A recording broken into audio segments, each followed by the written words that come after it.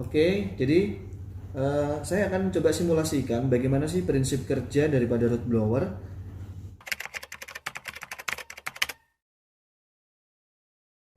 Oke, baik. Jadi di kesempatan ini saya coba akan menjelaskan bagaimana prinsip kerja daripada root blower.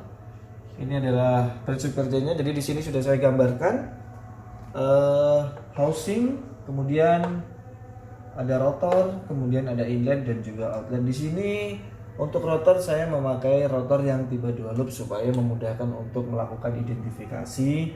Kemudian di sini saya juga akan buatkan diagram bagaimana kita bisa menganalisa, bagaimana kita bisa mengetahui di mana terjadinya pressure, di mana terjadinya perubahan tekanan, di mana terjadinya perubahan suhu dan lain sebagainya.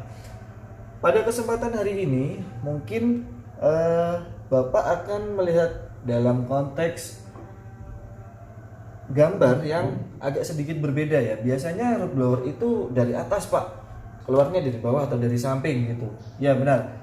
Jadi memang dari root blower yang selama ini kita pasang atau pengalaman kita yang di lapangan, itu memang root blower itu dari atas inletnya masuk, kemudian dikompres di dalam housing, kemudian yang di bawah ini adalah bagian daripada outletnya. Namun malam ini saya akan buat berbanding terbalik karena di sini saya akan membuat semacam grafik atau semacam diagram. Jadi sebenarnya fungsinya sama aja. Namun di sini agar memudahkan bagaimana kita akan mengidentifikasi bagaimana terjadinya pertukaran suhu dan juga perubahan temperatur yang ada di dalam root blower tersebut. Baik, jadi dalam kesempatan ini saya sudah gambarkan housing dan juga rotor, kemudian ada inlet dan juga outlet. Nah, kemudian di sini adalah bentuk daripada rotornya, teman-teman semuanya. Baik, jadi di sini kita ambil 4 titik root blower. Di sini adalah bagian 0. Ini bagian 1, ini 2, ini 3. Ya. Jadi root blower pada dasarnya memiliki 4 siklus. Jadi inlet dari sini udara segar akan dimasukkan, kemudian dikompres dan jadilah P2 yang ada di dalam outlet, kemudian diteruskan receiver, kemudian ke base plate dan diteruskanlah ke produk yang akan kita lakukan transfer material. Baik, jadi dari proses kontinuitas seperti ini bisa kita simpulkan bahwa putaran root blower ini jika dari bawah dia akan berputar ke sana ya, ke dalam. Untuk rotor ini dia akan berputar seperti ini, searah jarum jam.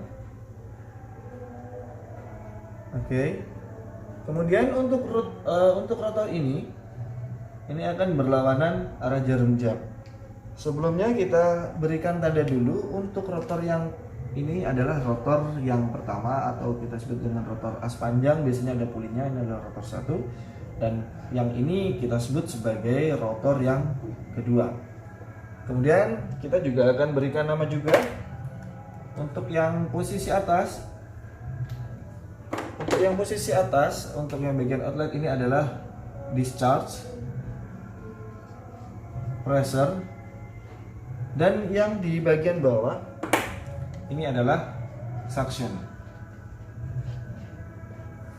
Oke. Jadi bagaimana proses daripada root blower itu bisa menghasilkan udara? Jadi udara dari sini, dari bagian bawah, dari P1 akan dialirkan ke rotor yang ini. Sebaliknya dengan ketika terjadinya dengan putaran 360 derajat, rotor ini pun dia juga akan melakukan perpindahan ya teman-teman. Jadi ini dia juga akan mengarah ke sana, kemudian akan menarik udara yang ada di atasnya atau yang ada di depannya itu akan tertarik ke dalam daripada root blower tersebut. Kemudian dari siklus yang kita sebut ini adalah siklus perpindahan udara. Di sini kita juga akan mendapati bagaimana root blower itu di bagian puncaknya. Mungkin kalau teman-teman dan juga bapak-bapak ketahui, di sini ada yang kita sebut sebagai puncak rotor. Jadi puncak rotor itu gapnya sangat kecil, biasanya di bawah, tergantung dari root blowernya ya. Root blower yang medium rata-rata yang 37 kW 45 kW itu biasanya di bawah 0,15 biasanya, karena memang fungsi daripada puncak rotor ini dia akan berfungsi sebagai backflow gitu. Jadi backflow ini kalau terlalu besar itu juga akan menimbulkan back pressure yang ada di dalam sini. Jadi yang ada malah turbulensi, biasanya blower cenderung panas. Namun kalau misalkan puncak rotornya ini juga terlalu kecil, dia juga akan panas juga teman-teman. Jadi standar daripada puncak rotor ini ada tabel blowernya, dan di sana juga ada toleransinya. Jadi berapa batasannya, berapa batasan minimum dan juga maksimumnya. Kemudian kita akan coba jelaskan untuk siklus daripada root blower ini. Dari proses atas, dari proses bawah, dia akan menarik udara ke atas, disupply sama si rotor seperti ini. Saya berpatokan pada as panjang ya, jadi supaya dia bisa berputar 360 derajat, karena saya mensimulasikan as panjang ini supaya dia bisa kita analisa secara detail. Dari sisi 0 ada sisi 0, 1, 2, dan 3. Jadi kita punya 4 bagian.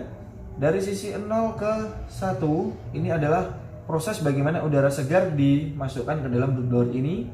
Kemudian pada proses 1 dan 2 di sini terjadi compression. Di sini akan terjadi perpindahan panas dan juga differential pressure. Kemudian dari 2 dan 3 di sini juga masih akan terjadi differential pressure. Di sini adalah suhunya panas, dan dari 3 ke 0 itu adalah proses adiabatik. Proses di mana rotor akan siap kembali menarik udara segar yang akan nantinya dikompresikan kembali. Seperti itu. Nah, dari beberapa yang saya jelaskan ini tentunya juga akan berbeda dengan prinsip kerjanya daripada tri-loop blower, karena tri-loop blower mempunyai ruang udara yang saya bisa dibilang sangat berbeda dengan two-loop, karena memang dia ada totalnya ada 6 blower, ada 6 loop ya. Ada 6 loop, dan juga untuk two-loop ini dia hanya ada 4 total. Jadi kalau kita lihat dari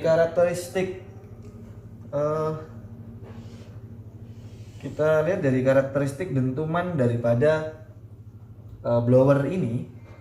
Jadi yang bawah ini adalah three loop, dan yang atas ini adalah two loop. Jadi ini adalah 2 loop, ini adalah three loop. Jadi di sini akan kita gambarkan spektrum daripada root loop antara 2 loop dan 3 loop. Di sini adalah waktu, di sini adalah kecepatan, ini adalah differential pressure.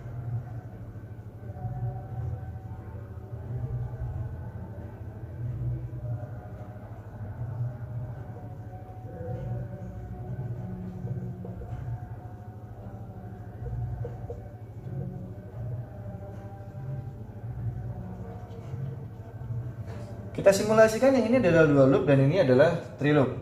Pada kesempatan ini blower saya setting di pressure 0,5, kemudian pada kecepatan 3000 rpm.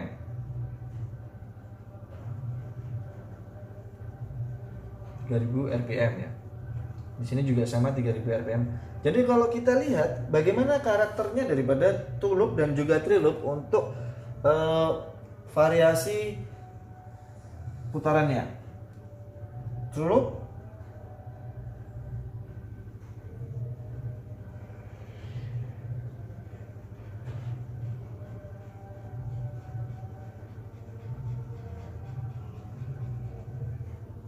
ini adalah karakter daripada roof blower yang tipe 2 loop atau culup. Nah, bagaimana dengan 3 loop?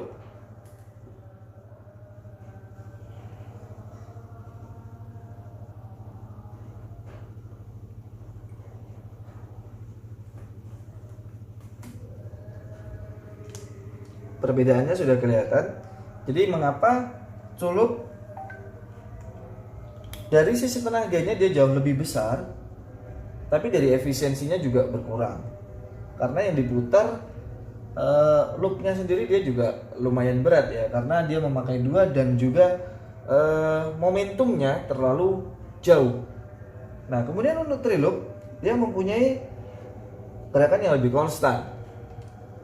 Dan pastinya untuk membutuhkan tenaganya juga tidak terlalu besar. Namun ada sisi kekurangannya daripada 3 loop ini dibandingkan 2 loop. Dari sisi 2 loop, ketika dia terjadi bottleneck, terjadi kebuntuan dalam pipa, dia akan lebih cepat melakukan recovery. Artinya dia akan lebih cepat melakukan overpressure supaya di pipa kemudian di blower juga tidak terjadi masalah. Sebaliknya pada 3 loop blower dia akan sedikit mengalami waktu yang agak lama sedikit, namun itu tidak terlalu signifikan. Namun kalau dibandingkan dengan 2 loop, memang 2 loop dia jauh lebih kuat. Jadi dia mempunyai momentum yang lebih panjang atau ancang-ancang yang lebih panjang ketika dia akan melakukan sebuah gerakan seperti itu. Ini adalah sisi daripada perbedaan spektrum antara 2 dan juga 3 loop blower.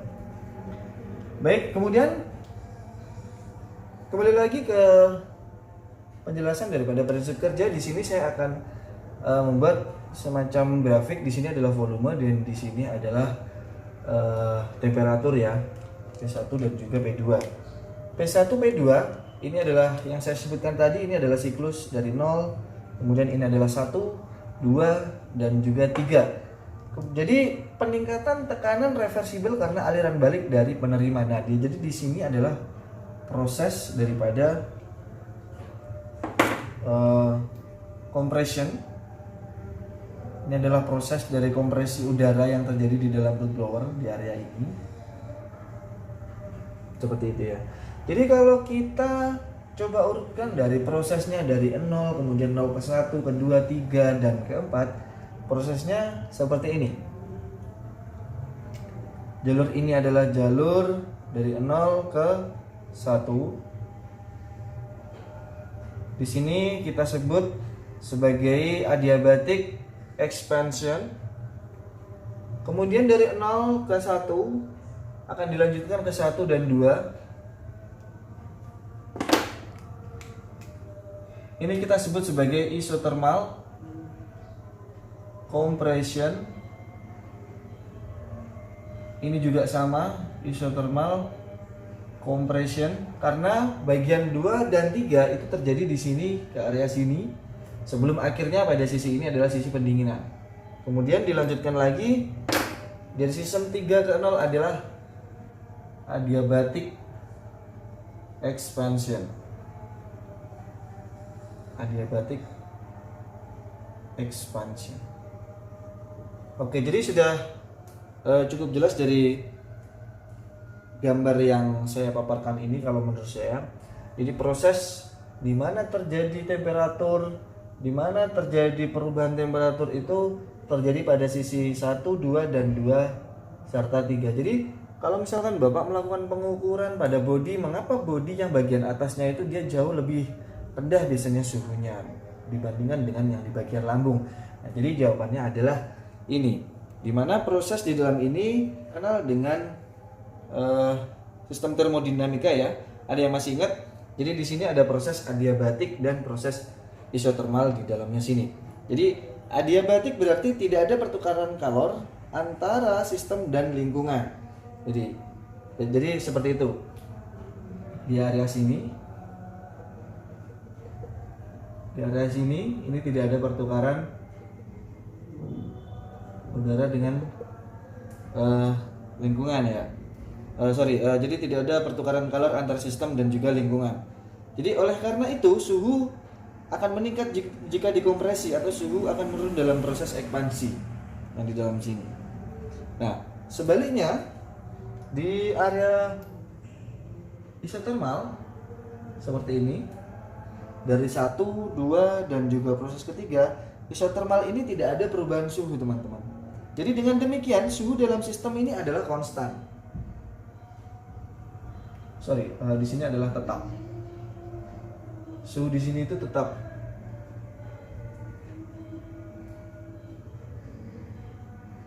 Karena hal ini kalau itu terjadi karena diubah dari proses sistem yang dari adiabatic expansion kemudian dijadikan isothermal compression, karena di sini ada bagian beban atau bagian valve yang menutupi daripada penampang root blower tersebut. Jadi di dalam pipa terjadi tekanan, terjadi pembebanan dalam feeding. Nah, itu akan menjadi differential pressure itu akan naik, dan itu sejalan dengan temperatur yang ada di dalam root blower itu sendiri teman-teman. Seperti itu.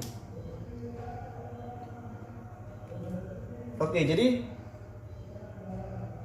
menurut saya ini dulu yang dapat saya sampaikan. Jadi kalau lebih detailnya mungkin kita bisa jadwalkan sharing, kita bisa jadwalkan untuk transfer knowledge seperti apa. Kita juga akan bisa melakukan pengecekan secara free di perusahaan Bapak dan juga rekan-rekan bisnis semuanya. Jadi pada kesempatan ini karena memang banyak sekali permasalahan yang ada di dalam root blower, jadi alangkah baiknya kita mengetahui dulu bagaimana sih proses daripada root blower itu, kemudian prinsip kerjanya seperti apa, supaya kita bisa tahu karakteristik root blower itu seperti apa. Oke, mungkin itu saja yang dapat saya sampaikan. Di kesempatan lain kita akan membahas bagaimana aplikasi yang ada pada root blower ini, kemudian bagian-bagiannya apa saja. Kemudian kita juga akan membahas juga bagaimana gangguan yang terjadi pada root blower ini serta penanganannya seperti apa, dan yang tidak kalah penting adalah perawatan daripada root blower ini seperti apa. Pokoknya ikutin saya terus. Jadi untuk kesempatan ini saya tutup sampai di sini. Wassalamualaikum warahmatullahi wabarakatuh.